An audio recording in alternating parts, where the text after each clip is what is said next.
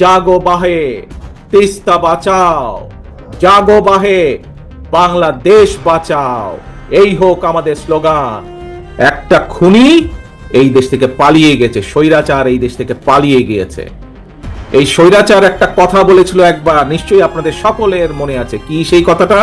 স্বৈরাচার বলেছিল, ভারতকে যা দিয়েছি সেটি তারা সারা জীবন মনে রাখবে। প্রিয় ভাই বোনেরা, এই ভারত শুধু পলাতক স্বৈরাচারকেই মনে রেখেছে, বাংলাদেশের জনগণকে তারা মনে রাখেনি।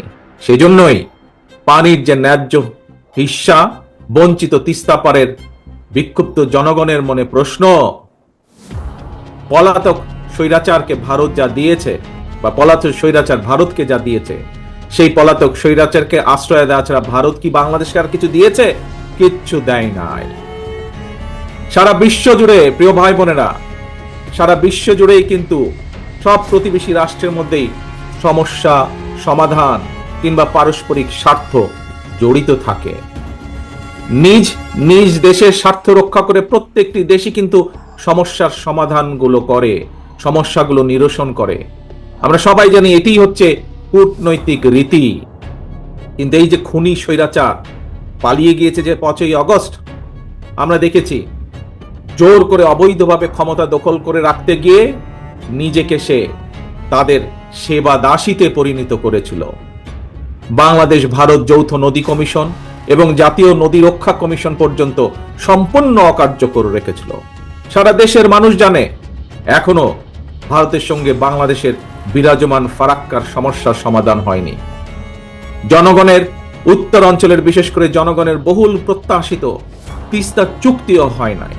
অথচ সকল আন্তর্জাতিক রীতিনীতি ভঙ্গ করে এই পলাতক স্বৈরাচার, এই খুনি স্বৈরাচার প্রতিবেশী দেশকে ট্রানজিট শিপমেন্টের বন্দর ব্যবহারের একতরফা সুবিধা দিয়ে গেছে।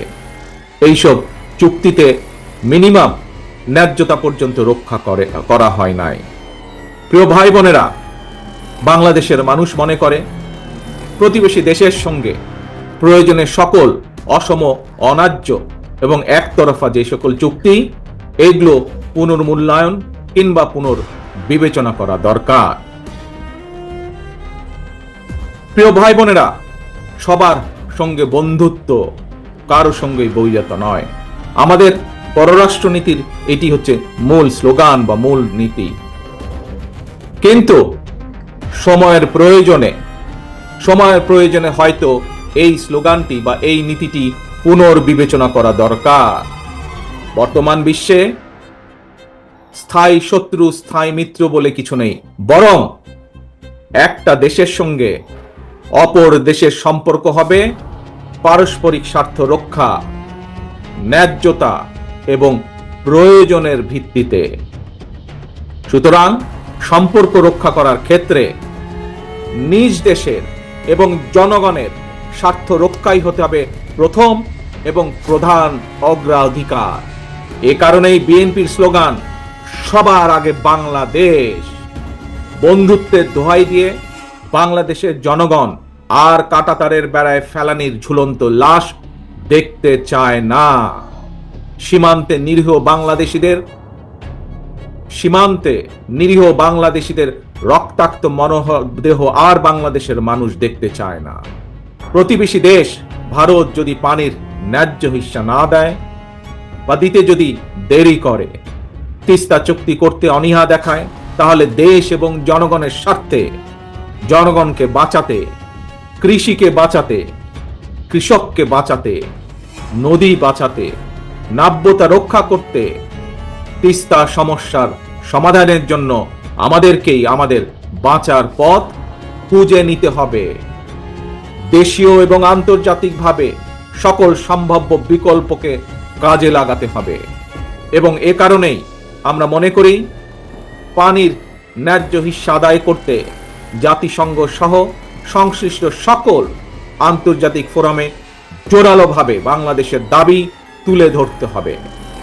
একই সাথে প্রতিবেশী দেশের সাথেও আমাদেরকে কূটনৈতিক কাজ করতে হবে, কূটনৈতিকভাবে আলোচনা শুরু করতে হবে। আবার আন্তর্জাতিক অংশগ্রহণের উদ্যোগের অংশ হিসাবে আর সময়ক্ষেপণ না করে অবশ্যই আমরা মনে করি বাংলাদেশকে 1992 সালের ওয়াটার কনভেনশন এবং 1997 সালে জাতিসংঘ পানি প্রবাহ কনভেনশনে স্বাক্ষর করা জরুরি হয়ে পড়েছে।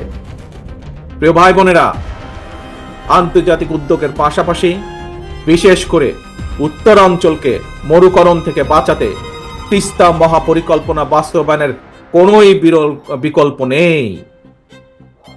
আপনাদের প্রিয় দল বাংলাদেশ জাতীয়তাবাদী দল অবশ্যই আমরা অগ্রাধিকার ভিত্তিতে তিস্তা মহাপরিকল্পনা বাস্তবায়নের সব রকম উদ্যোগ আমরা ইনশাল্লাহ গ্রহণ করব।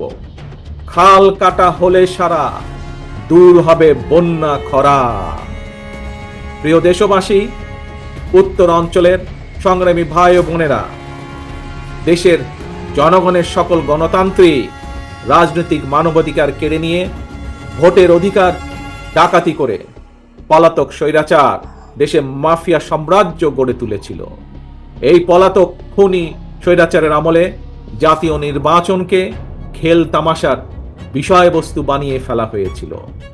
জনগণকে বিগত 15টি বছর ভোট দিয়ে সংসদ সরকার অর্থাৎ জনগণের নিজের সরকার প্রতিষ্ঠা করার কোনোই সুযোগ দেওয়া হয় নাই। ছাত্র জনতার গণ অভ্যুত্থানে গত 5ই আগস্ট এই মাফিয়া, এই খুনি স্বৈরাচার পালিয়ে যাওয়ার পর থেকে জনগণের অধিকার পুনঃপ্রতিষ্ঠার সুযোগ এবং সম্ভাবনা আবার তৈরি হয়েছে। ভোটের অধিকার প্রয়োগ করে জনগণের কাছে দায়বদ্ধ একটি গণতান্ত্রিক সরকার প্রতিষ্ঠার সুযোগ। কিন্তু গণতন্ত্রের পক্ষের শক্তি কিংবা সরকারের কোনো হঠকারী সিদ্ধান্তের কারণে যাতে এই খুনি পলাতক স্বৈরাচার আর তার দোসররা পুনর্বাসনের সুযোগ না পায়, সে ব্যাপারে আমাদের সকলকে সতর্ক থাকতে হবে। সে ব্যাপারে আমাদের সকলকে ঐক্যবদ্ধ থাকতে হবে অতীতের মতন।